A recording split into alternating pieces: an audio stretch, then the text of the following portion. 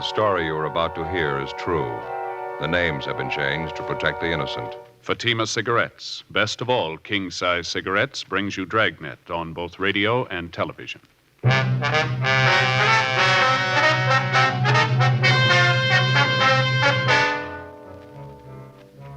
You're a detective sergeant. You're assigned a homicide detail.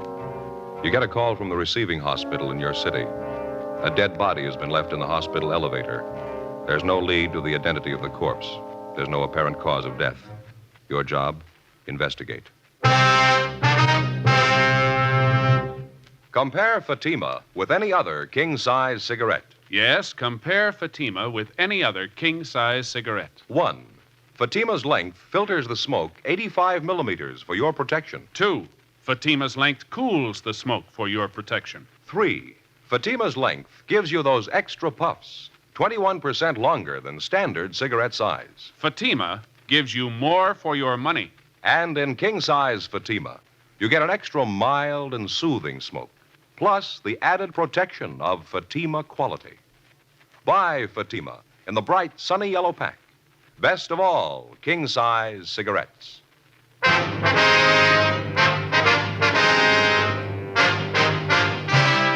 Dragnet, the documented drama of an actual crime. For the next 30 minutes, in cooperation with the Los Angeles Police Department, you will travel step by step on the side of the law through an actual case transcribed from official police files. From beginning to end, from crime to punishment, Dragnet is the story of your police force in action. It was Wednesday, November 9th. It was foggy in Los Angeles. We were working the night watch out of homicide detail. My partner's Bill Lockwood. The boss is Captain Lorman. My name's Friday. It was 11:28 p.m. when we got to the 3rd floor at Georgia Street Receiving Hospital, Dr. Terrell's office.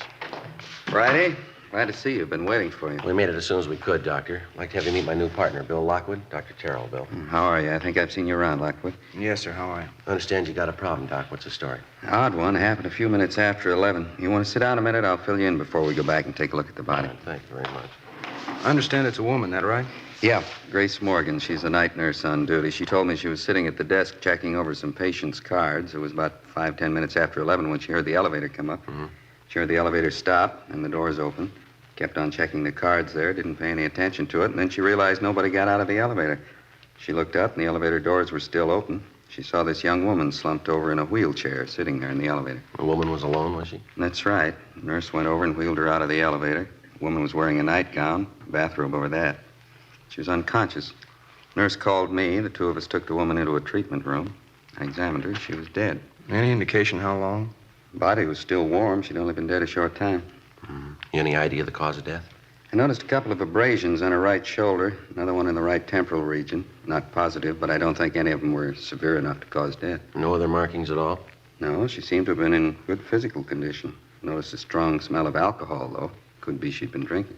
Is the nurse pretty sure the woman came up the elevator alone? Possibility one of the attendants might have brought her up? No, I checked with the attendant on duty down the first floor lobby, Ray Collins. He didn't bring her up.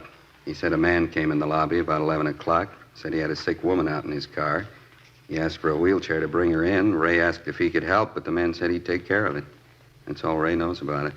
He let the man have a wheelchair, then he went in the back room to change some linens on the ambulance stretcher. Mm-hmm. Any possibility one of the other attendants might have brought her up in the elevator? No, Collins was the only attendant on duty. Uh-huh. I'd like to talk to him. Is he still around? Yeah, I knew you'd want to see him. He was off duty 11:30. I held him over. He's down at the corner having a sandwich. He ought to be back in a few minutes. And what do you figure, Doctor? Think the woman could have operated the elevator herself? Possible. Not too probable, though. It's a self-operating elevator, automatic. Mm-hmm. Someone could have wheeled the woman into the elevator, pushed the button for the 3rd floor, and then stepped back. Would have taken her straight up. Yeah. The nurse is sure the elevator didn't go back down after it got up here, huh? Positive. She heard the elevator doors open. They stayed that way. She kept waiting for someone to come out, and that's what attracted her attention. I see. How about identification? The woman have a purse with her or anything like that, Doc? No, all she had was what she was wearing, nightgown, slippers, and bathrobe. Let's go back and have a look. I'll show you. Okay, thank you. You say the only markings on the body are those abrasions on the shoulder and the forehead. Yeah, that's right. And you don't think that's why she's dead? You any ideas at all? Well, I wouldn't want to say, Lockwood. Strange one. Going to have to wait for the autopsy. Well, how about the wheelchair the woman came up in, Doc? Where's it now? Back here in the same room with the body. I gave notice it wasn't to be touched. I knew you'd want to check. Oh, fine. In here. All right to smoke in here? Yeah, sure. Fine. Want a cigarette? No, thanks. Bill? No. Over here on the table. Nurse put the woman's clothing over there. Nightgown, slippers, bathroom. I see. Seems to be a fairly young woman. I'd say in her early 30s. Nice-looking girl. Well-groomed. Notice her hair and fingernails. Well-kept. And bruise there on her head. Took a pretty good blow to cause that, wouldn't you say? Yeah, might even be worse than it looks. Hard to say right now. Other abrasions I was telling you about, right here along the clavicle, seem to be fairly distinct. 3 or 4 of them. That's all of them, huh? That's it. Like I say, we'll know more after they post the body. Take a look at the clothing over here. Want to check over the bathrobe, Bill? Yeah. There's no label here. Size marking, though. Size 34. Just an ordinary rayon nightgown. Seems to be fairly new. It's not damaged. Nothing on the bathrobe, Joe. Both pockets empty. No visible markings. Manufacturer's label here. Fairly common trade name. Laundry marks? No, none showing. We can have the crime lab check them over. How about the slippers? No, it's the same. Nothing. You fellas want me to notify the coroner? No, we'll get it, Doc. We have to call in for the crime lab crew anyway. It looks like a rough one. We don't even know what we've got. I can't figure it. If somebody murdered the woman, why'd they bring her here to die? Yeah. If she was sick or hurt and they were worried enough about it to bring her here, why'd they want to get rid of her? Leave her alone in an elevator. Yeah. Doesn't make sense. Somebody's got something to hide. Sure could use a lead. Man puts her on the elevator and sends her up 3 floors. Don't know who she is, how she died. Don't even know where she came from. Well, there's no choice. We'll just start at the beginning. Yeah? Ground floor. 11:52 p.m. The receiving hospital attendant, Ray Collins, returned, and we interviewed him in Dr. Terrell's office. He told us substantially the same thing the doctor had told us. At a few minutes past 11 o'clock that night, a man entered the lobby of the hospital and asked for a wheelchair to move a patient up to the 3rd floor. Collins stated he gave the man the wheelchair. The man refused his offer of assistance, and Collins went on about his work. He didn't see the patient, and he didn't see any car parked outside, and he was able to give us only a partial description of the man himself. A male Caucasian, about 35 years old, short, heavy build, dark hair. The crew from the crime lab arrived and began their investigation. The body was photographed and fingerprinted, and the wheelchair was also dusted for prints. The clothing was packed up to be taken downtown for further examination. After the men from the crime lab left, Bill Lockwood began a canvass of the immediate neighborhood for possible witnesses. Meantime, I checked with the rest of the hospital personnel and the patients. They could tell me nothing. 12:30 a.m. I met Bill back at Dr. Terrell's office. How'd you do, Joe? Any luck? Well, I talked to the nurses and some of the other attendants. They couldn't help any. Checked with the dispatcher on incoming and outgoing ambulances. Nothing there. What about you? No good. Most of the business places around here are locked up. Talked to the newsboy down at the corner. He was about the only one on the street. He didn't see anything. Sure going slow, isn't it? Might give Bergman a call, see if he's got the woman's prints classified yet. How about the coroner? Show up yet? Yeah, I think he's in there now. Yes, ma'am. Give me station 2557. Yeah, that's right. Latent prints. Hi, let me talk to Bergman, please. Right. Yeah, Dean, Joe Friday. No, we're still over at the hospital. You do any good on those prints? Uh-huh. Yeah, that's what we figured. How about her prints? Okay, Dean, thanks. Yeah, right. Well, we're still batting 1,000. What do you say? They make her prints? Nothing in records on her. Dean's going to send along a set to Washington, see if they got anything. How about the wheelchair? Any prints there? Well, the nurses and Doc Terrell's, that's all. We figured on that, didn't we? Lousy luck. Sure is. I checked with missing persons while you were out. There's nothing there either. Well, that about finishes up here, huh? Yeah, we better get back to the office. Joe? Yeah, I Doc. think I got something for you here. Yeah? Nurse at the switchboard got a call a minute ago. Man's voice wanted to know the condition of Carla Cheswick. Nurse checked the list of patients, didn't find anyone by that name. The man insisted she's here. The nurse asked him what time the woman was admitted to the hospital. He told her 11 o'clock tonight. Yeah. The man said, I know she's there. I brought her myself.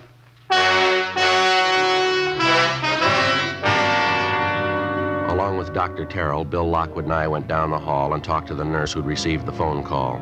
She told us that she tried to question the caller as to his name and his relationship to the alleged patient, Carla Cheswick, but the man refused and hung up.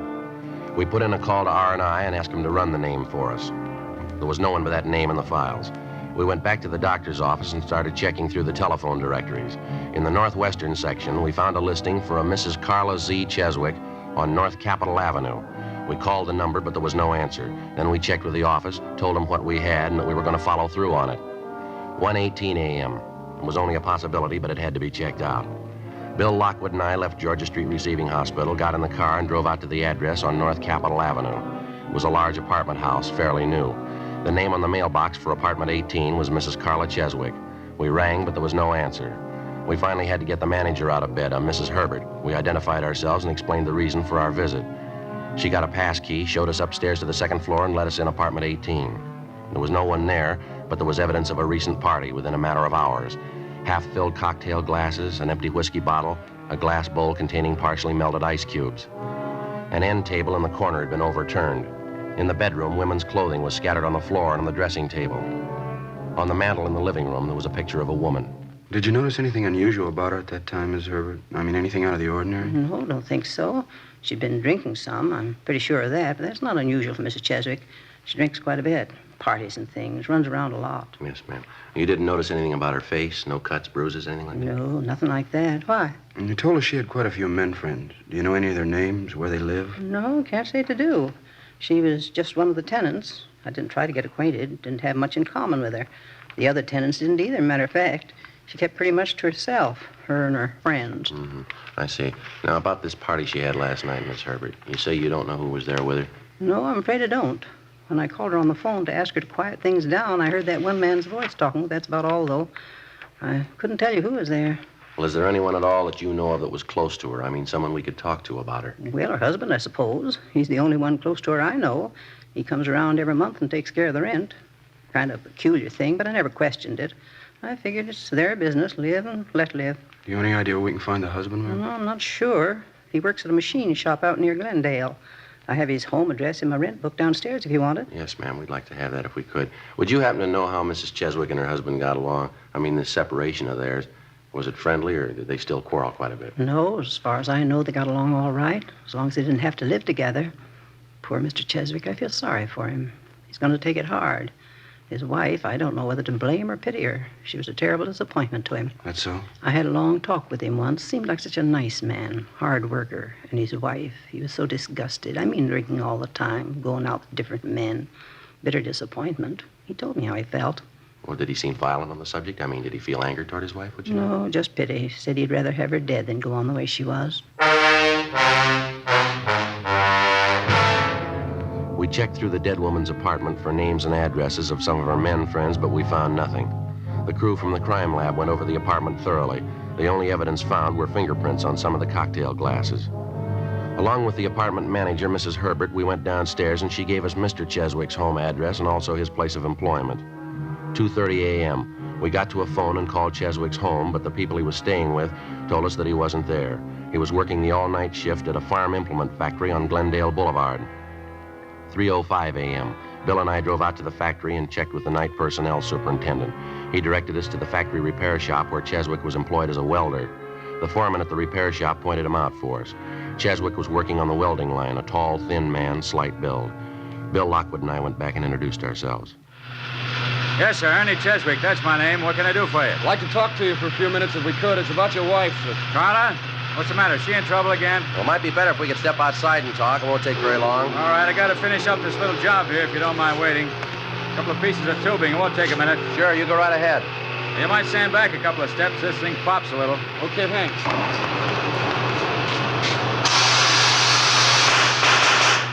Ah, too much oxygen. Have to light it again. Yeah, that does it.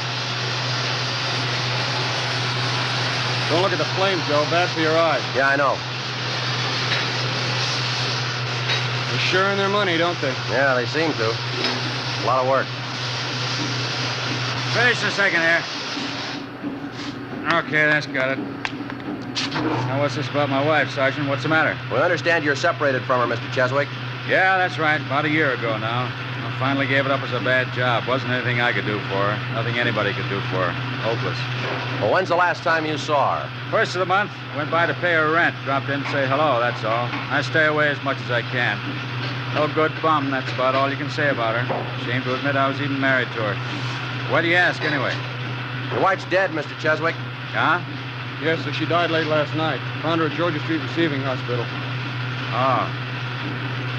Guess I've been expecting something like that. I can't feel sorry. Probably the best thing for her. How'd it happen? Well, we're not sure. I wonder if we could step outside. Sure be a lot easier to talk, wouldn't it? Yeah, all right. Fine. Over here, we can duck out the back way. Okay.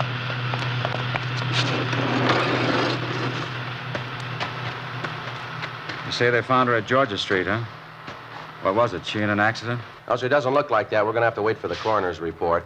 What time do you check in at night for work, Mr. Cheswick? You're supposed to be on the job by 10 o'clock. I punched in before that tonight. Why? A routine question. I suppose the men around the plant will vouch for you. You checked in at 10 and you've been here ever since? Yeah, that's right. You can ask any of them. What's the pitch? You think I had something to do with it? Carla getting killed? Well, we didn't say that, Cheswick. Your wife's dead, and we have to check on all the leads, all the possible suspects. Well, I don't know how it happened, but I didn't have anything to do with it. She wasn't why I lived 9 years with her. Lousiest 9 years of my life. Booze, parties, going out all the time. She wasn't a wife. She didn't know what the word meant. I understand she'd been running around with different men lately. Do you happen to know any of them? No, I don't know. I couldn't care less. Stupid dame, Sergeant. That's the easiest way you can let her off. I tried to make a go of it. Wasn't any good. I worked for her, tried to give her everything she wanted. Didn't make any difference. Yeah? She was a bum. Some of them must be born that way, a bum dame. I could have killed her. I had reason enough to. I didn't. How about your wife's drinking habits? She do most of it at home, or did she go out to bars? Always at the bar. Only one place she ever went to. Place on 8th and Rosewood, right on the corner. Went there all the time, 6, 7 nights a week. She'd hang over the bar all night. How'd you like to put up with that for 9 years, huh? Drinking, going off somewhere on weekend. Well, how come it lasted that long, Cheswick? I don't know. I guess I should have had my head examined. Just a bum. I figured I could change her. Kept trying. Never worked out. After the drinking, she'd have these terrific headaches. It'd make her sick. I'd stay home from work and take care of her, wait on her hand and foot. She always made promises, nothing but a liar. As soon as she got well, she'd start it all over again. Same thing. Yeah. Just a bum, a tramp. No good at all, no good. Just a tramp, no good tramp. Cheswick? Mr. Cheswick, is there anything we can do? Carla. She's dead. Carla.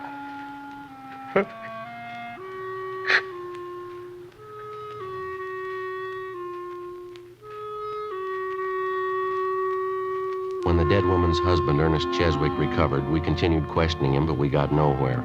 Before we left the plant, we checked his time card, talked to the machine shop foreman and some of the men Cheswick worked with. We got the same story all along the line. Cheswick had showed up for work at 9:46 p.m. the night before and had not left the plant since that time. 4:35 a.m. Bill and I got in the car, drove back to the office, and typed up a 15.7 report for Captain Lorman. 8:30 a.m., over in the county morgue, the body of Mrs. Cheswick was being posted. A few minutes past 10 a.m., Bill Lockwood and I drove out to a bar on the corner of 8th and Rosewood, the same bar where Ernest Cheswick told us his wife did most of her drinking. It was a typical neighborhood cocktail lounge in the early morning. 2 customers sipping beer at the far end of the bar. The manager busy washing glasses and bringing in supplies. We called him over and identified ourselves. Popular girl. Married old Ernie Cheswick. They're separated now. Yeah, would you know if she was in here last night? That's right, she was. Hardly misses night. Why? Would you happen to know about what time she left last night? 8:30, about that. You might ask that fella there down at the end of the bar. He'd know better than me. Well, how's that? He left with her.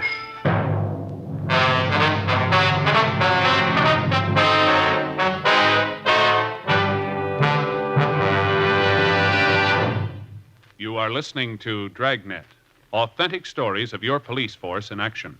To show our confidence in Fatima, we make this money-back guarantee. Buy a pack of Fatimas. Enjoy Fatima quality, extra mildness, and superbly blended tobaccos. If you're not convinced Fatima is better than the king-size cigarette you're now smoking, just return the pack and the unsmoked Fatimas by August 1st, 1952, for your money back plus postage. Fatima, Box 37, New York 1. Prove Fatima quality yourself.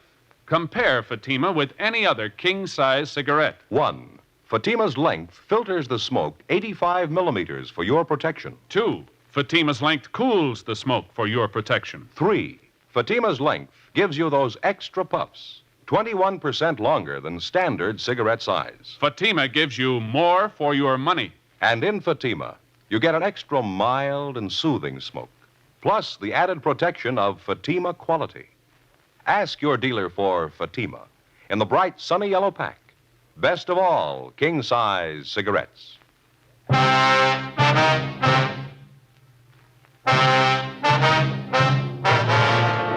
November 10th, Thursday, 10:14 a.m. The manager of the cocktail lounge pointed out the man at the end of the bar who was supposed to have left the place shortly after 8 o'clock the night before with the dead woman, Carla Cheswick. Bill Lockwood and I went up to the man, identified ourselves, and questioned him briefly. He appeared tense and highly nervous. He told us his name was John Gables, an assistant sales manager for a downtown jewelry concern. He didn't deny that he was in the bar the night before, but he refused to admit that he left with Mrs. Cheswick. He insisted he didn't even know her. We asked him to account for how he spent his time the night before, but he refused. We got in the car and drove downtown to the city hall. While Bill took the suspect to the interrogation room, I stopped by the R&I counter and had to make a run on Gables. He had no previous criminal record. I called the morgue, but there was no report on the autopsy yet. 10:52 a.m. I signed in at the office, briefed Captain Lorman on the developments, and then I headed down the hall for the interrogation room. We had a couple of drinks together, and that's all there was to it. You can ask anybody who was there. She got up and left by herself. I didn't go with her. And Joe. Yeah. Gables here was just telling me he did see Mrs. Cheswick in the bar last night. Had a couple of drinks with her. Why'd you hold out, Gables? Why couldn't you told us that when we asked you? I didn't remember then. You came up to me in the bar, started asking questions. I got all rattled. Doesn't make any difference, though. I didn't even know her name. Just had those couple of drinks with her, and then she got up and left. That's all. I didn't go out with her. And the bartender says you did. He's sure of it. Says he can get half a dozen other people to back him up. He's wrong. He's got to be. He's thinking of somebody else. Well, if you didn't leave the bar with Ms. Cheswick, when did you leave? I don't know. About 5 or 10 minutes later, I guess. Where'd you go then? Well, I walked around a little bit, got a little fresh air. And I went to a show. Which one? I don't remember the name of the place. It's on Rosewood, a couple of blocks down from the bar. What picture did you see? I'm not sure. I had a couple of drinks. You went to the movies? You don't even know what you saw? Well, I told you I had a couple of drinks. I was feeling pretty good. I just don't remember, that's all. Not much of an alibi, Gables. What are you talking about? I don't need an alibi. A woman's dead, mister. You were with her the last time she was seen I alive. wasn't with her. I don't care what anybody tells you. I wasn't with her. This movie you say you went to, what time did you get out? After midnight, I think. I don't remember. Where'd you go after that? Bar, had a few more drinks, and then I went back to my hotel. Which bar was that? Place on West 7th. I go there sometimes. I know the bartender. What time did you leave there? Closing time, 2 o'clock, and then I went back to my hotel.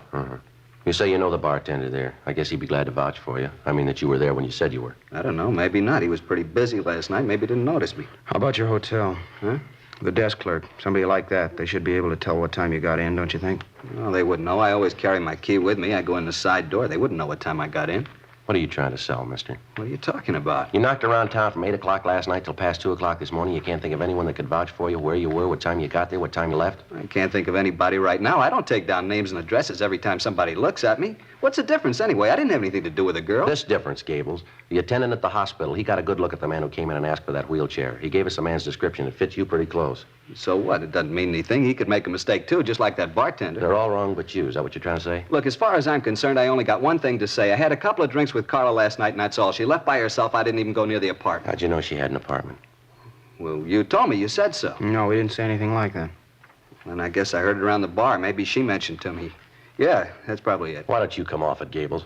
Come off what? I don't even know what you're getting at. We want a straight story, and we're not getting it.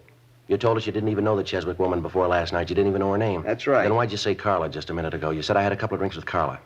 I say that? That's what you said. Maybe I just hadn't remembered. I was drinking quite a bit, talking to her. Maybe I just remembered it. Won't do, Gables. Story doesn't hold water. How about it? I don't know. I was drinking quite a bit. A lot of things I don't remember. How about giving it to us straight? What do you remember?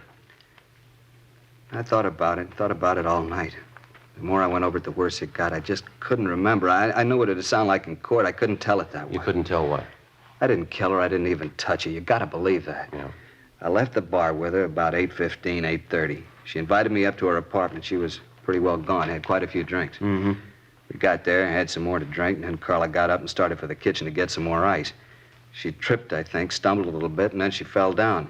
I think that's the way it was. All right, go on. She tried to get up, and then she fell again. Wasn't a bad fall, though. I figured she just passed out. Got some cold towels, ice water. I tried to bring her around. It wasn't any good. She was white as a sheet. I got scared. I didn't know what happened. What'd you do then? I don't remember. I just kept trying to bring her around. I don't remember any of it very well. I don't even know why she fell down. You think you could have hit her, Gables? You think maybe that's why she fell down? No.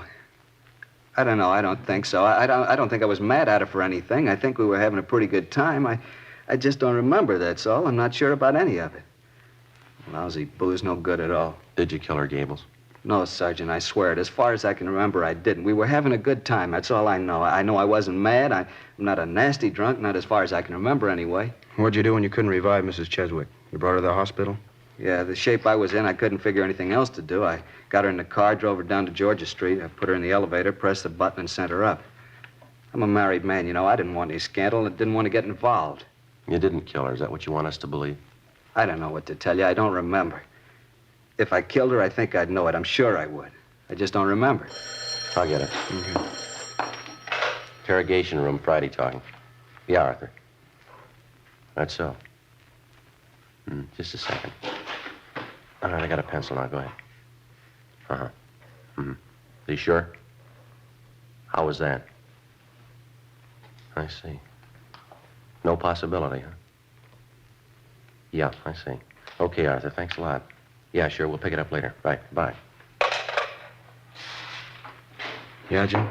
Coroner's report just finished the autopsy. It's all right, Gables. Huh? It's all right, it's all cleared up. What do you mean? Well, you're free to go if you like. We're not going to hold you. What's the pitch, Joe? Coroner's report. Primary cause of death was a massive cerebral hemorrhage into the ventricle. Could have been a blow on the head, couldn't it? You figure that could have done it? No. Secondary cause was a brain tumor, a big one. Coroner says she's had it for years. Must have caused her a lot of pain. Probably would have accounted for the drinking. And the tumor brought on the hemorrhage. That's what's killed her. That's it. Coroner says erosion of the blood vessel by brain tumor. Probably grew, caused pressure on a blood vessel, finally gave way, caused a hemorrhage, and that killed her. And she just died. I didn't have anything to do with it. She died and I didn't kill her. Yes, sir, that's right. You're free to go if you want. Thank God. You know, officers, I'll tell you the truth. I didn't know the answer. I didn't know if I killed her or not. I really didn't. Drinking so much, I came to, and there she was dead. I didn't know what happened. I really didn't. I didn't know the answer. Well, you're one up on us, Gables. Huh? We thought we did.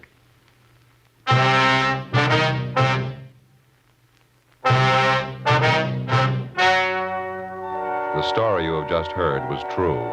The names were changed to protect the innocent. On Thursday, November 10th, the meeting was held in the office of Captain of Homicide. In a moment, the results of that meeting. And now, here is our star, Jack Webb. Thank you. Friends, there's not much I can add to what George Fenneman and Hal Gibney have already told you about Fatima's. If you smoke them, I know you'll agree with me that Fatima is the best of all king-size cigarettes. If you haven't tried them yet, well, there's only one way to prove it to yourself, and that's to buy a pack and give them a try. I wish you would kind of check up on what we've been telling you. Compare Fatima's with any other king-size cigarette. You'll like Fatima's better flavor and aroma. It's extra mild and soothing smoke. In Fatima, the difference is quality. Buy a pack tomorrow. Fatima.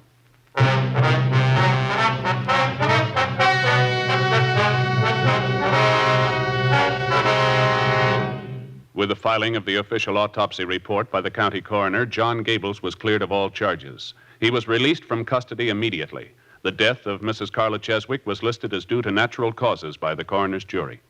Ladies and gentlemen, last year's traffic death toll was 37,500, a 7% increase over 1950. The National Safety Council believes that the best way to promote safety on the road is for each of us to know and obey traffic laws, to read and heed traffic signs. So be careful. The life you save may be your own.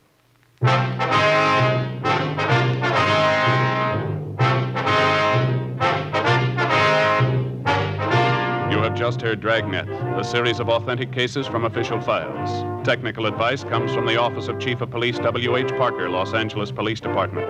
Technical advisors Captain Jack Donahoe, Sergeant Marty Wynn, Sergeant Vance Brasher. Heard tonight were Martin Milner, Vic Perrin, and Gwen Delano. Script by Jim Moser. Music by Walter Schumann. Hal Gibney speaking. Fatima Cigarettes, best of all king-size cigarettes, has brought you Dragnet, transcribed from Los Angeles.